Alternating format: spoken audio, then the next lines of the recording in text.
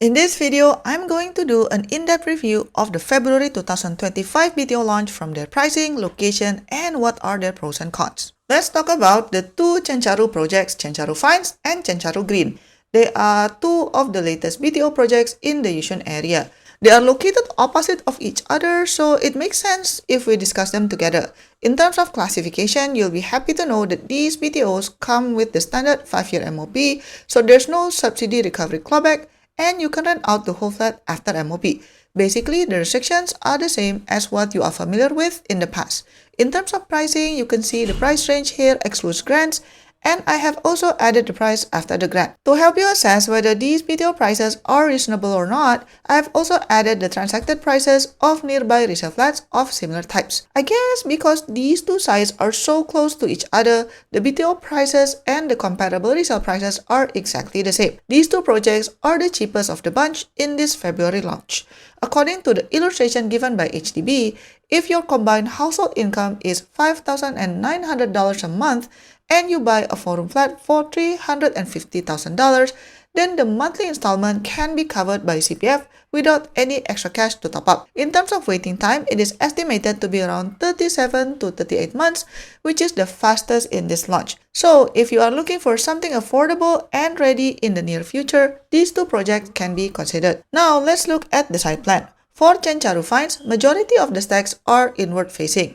Facilities help to put some distance between the inward-facing units, which is much appreciated, but as usual, some stacks do face the multi-story car park directly. What I don't really like about this development is that 7 to 13 units are sharing 2 to 3 lifts.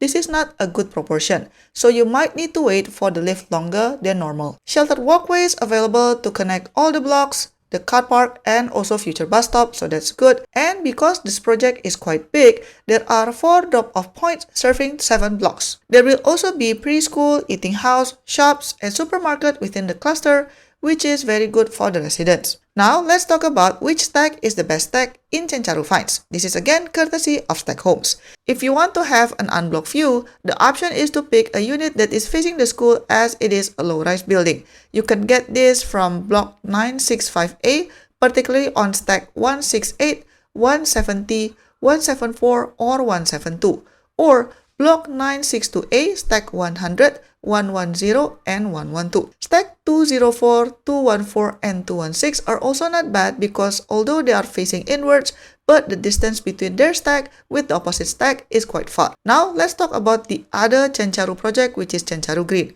Majority of the stacks are also inward facing, but none of the stacks face the multi-story car park directly, which is quite unusual. But I don't know why Chencharu Green also have problem with the lift proportion because 12 to 13 units will be sharing 2 to 3 lifts. That is quite unusual and kind of crazy. That would mean that the waiting time will be so long. In terms of facilities, this cluster will only have preschool, so if you are looking for option that has more facilities, Chencharu Finds actually is better. Which ones are the best stack in Chencharu Finds? Well, block 968B, stack 175, 179, 197, and 199 will be facing the neighborhood park. If you are okay with block view, as long as it has some extra distance with the opposite building, try to apply for block 968B, stack 183 or 185, or block 967A, stack 117. In terms of unit mix and facilities, there are few differences between these two sites. The first site is slightly bigger with 840 flats consisting of 2-room flexi, 3-room, 4-room, and 5-room flats. Other than that, it will also have an eating house, a supermarket, shops, preschool, and residence network center on the site. On the other hand, the other site is slightly smaller with 670 units and there is no 3-room flat option. The facilities on the site are also more limited as it will only have a preschool, but there's no eating house, shop, supermarket, etc. Now let's talk about the location. This is the map that HDB gave. This is for Yishun site 1, the other one is for Yishun site 2. If we check the Google map, the location of these new BTO projects are actually quite near to the Chencharu Hills BTO that were launched back in June 2024. As you can see, the Sembawang Air Base is just right next to the site, so that will mean there's some height restriction around the area, so you cannot expect this block or these two BTOs to have like level 40 or something. Obviously, it will be limited. And another thing that you have to consider is because it is next to an airbase, you should expect some plane and jet noises in the area. You might be wondering, where is the nearest MRT station? Well, it's actually here. The closest MRT station is Khatib. According to Google Map, with the current topography, Lor Chencharu to Khatib MRT station is around 1.5 kilometers or about 20 minutes walk. But interestingly, if we look closely at the map that HDB gave, it seems like there will be several new roads that will be built, which is this one, Bah Sun Pah Road and also the Chencharu link. Hence, I believe that these new roads will make your walking time to Khatib MRT station slightly faster. The new distance will probably be less than 1 kilometer. According to Goder, from Khatib MRT station to Raffles MRT station is about 33 minutes. So if you are working in the CBD area, objectively, the commute won't be so bad. The trade-off for the distance is obviously you can buy a flat with a more affordable price tag compared to BTO that is located in a more central location. As you can see, the land around the project plot is still pretty much empty, so it is still under development. Hence, if you go back to the map from HDB, you can see that there is a proposed mixed development with a bus interchange and hawker center, and also there will be a proposed nursing home and also a proposed place of worship. Notice that the keyword is proposed. So for the time being, if you need more amenities, then you can go to areas near Khatib MRT or Yishun MRT. For parents, as you can see, there are quite a lot of primary and secondary schools nearby within the 1 kilometer and 2 kilometer radius, so parents with young children don't have to be worried. There's a couple of watch out though. This second Yishun site will be next to a proposed place of worship. I don't know though whether it will be a church, a mosque or a temple because it's not stated here. Personally for me, I'm very neutral about this, but I'm just letting you know as I understand some people might hesitate with the potential noise or commotion at certain hours or days, so just a watch out. Another watch out is there's a proposed columbarium that will be built a few blocks away. It's here. And I heard that there's another one a little bit to the north, so there will be several columbariums in the vicinity. Again, personally for me, it's not a problem, but I'm just letting you know in case that's part of your consideration. Okay, let's do a quick recap. On the positive side, these two projects clearly win in terms of affordability as it has the lowest pricing range compared to other BTO projects in this launch.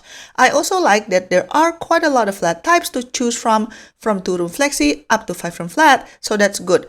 But just remember, if you are keen to get a 3-room flat, only the first site has it. It also comes with a 5-year MOP and standard restrictions, so you can easily move on after the MOP.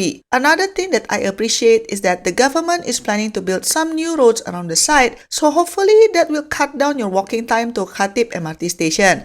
That is very important not only for your daily activities, but it can also help to ensure a good resale price when you are ready to exit later on. For parents, there are a healthy amount of school options in the area, so you don't have to worry about schooling here. What else? Oh, I also like the fact that this site is surrounded by greenery, so that's nice. Now, as usual, let's talk about the downside. The elephant in the room is clearly the Sembawang Air Base. It is unavoidable that you will hear a lot of airplane and jet noises.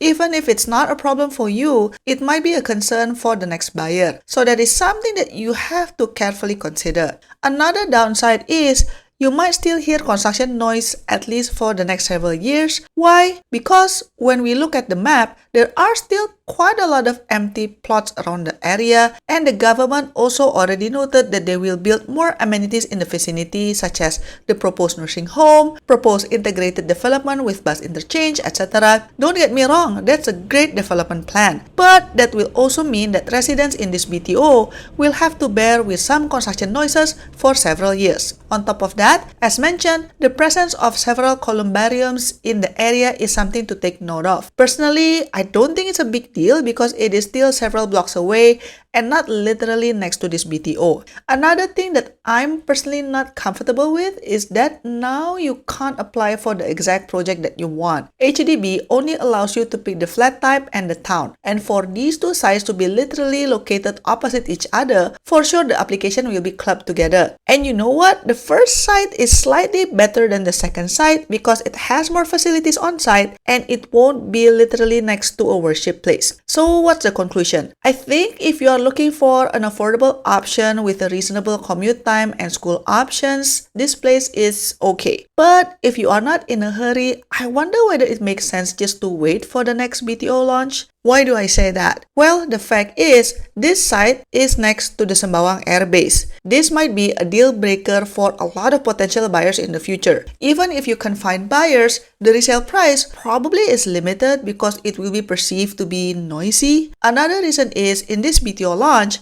there are only 5 projects in 4 locations, right? It's not that many compared to the previous October 2024 launch where they released freaking 14 projects. So there's a good chance HDB will release more locations in the next batch simply because the options are so limited this time around. If you want more insights about other projects, check out my other videos in this channel. Don't forget to like and subscribe, and I'll see you in my next video. Bye bye!